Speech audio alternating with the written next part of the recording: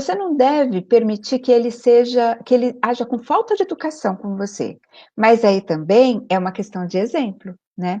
Se você é uma mãe que grita, uma mãe que xinga, uma mãe que, digamos assim, na frente das visitas é uma lady, mas quando não tem ninguém olhando, faz coisas que se alguém filmasse e colocasse na internet você ficaria com vergonha, então talvez não tenha muito jeito. Talvez o seu filho só tenha esse exemplo para seguir. Porque se você sempre foi uma pessoa educada, gentil, afetuosa na maneira de tratar o seu filho, e ele for grosseiro, for rude, mal educado com você, você provavelmente não deu causa a isso, né? Então você vai chamar a atenção dele e dizer: olha, não fale assim comigo. Isso é falta de respeito e eu não te desrespeito. Então, por favor, eu aceito, eu entendo que você está irritado, mas não haja assim. Depois que você se acalmar, a gente conversa. E aí você explica para o seu filho: olha, não precisa tratar desse jeito. A gente trata as pessoas com educação e com cortesia.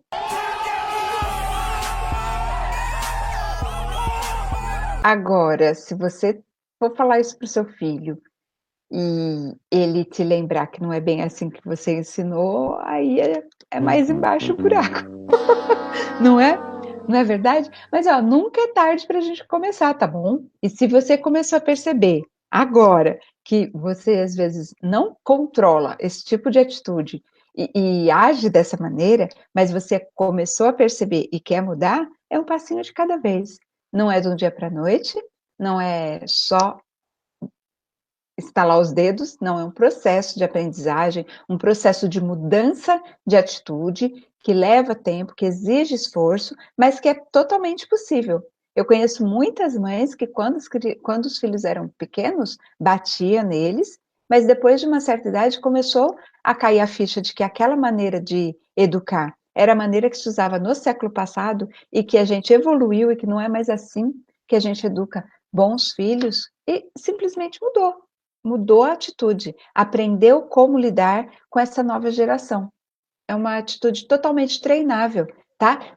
A gente não precisa ficar preso nem aos modelos dos nossos pais, que eram o melhor que eles tinham quando eles eram jovens também, e numa outra época, numa outra sociedade. A gente não precisa ficar preso a eles, e a gente também não precisa ter a síndrome da Gabriela, né? Lembra daquela música? Eu nasci assim, eu cresci assim. Isso eu sempre assim, você sempre assim? Não, isso é só para Gabriela.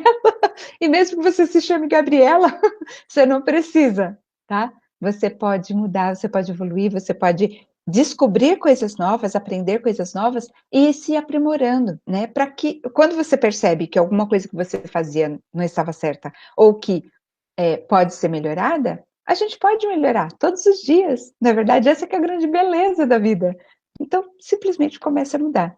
Se você fazia isso, simplesmente perceba, peça desculpas para o seu filho. Eu acho que toda vez que a gente erra, a gente deve pedir desculpas, não importa para quem, seja para a mãe, para o pai, para o filho, para o vizinho, para qualquer pessoa. Isso é um sinal de educação. Se a gente errou, a gente simplesmente se retrata, pede desculpas e começa a agir de outra maneira.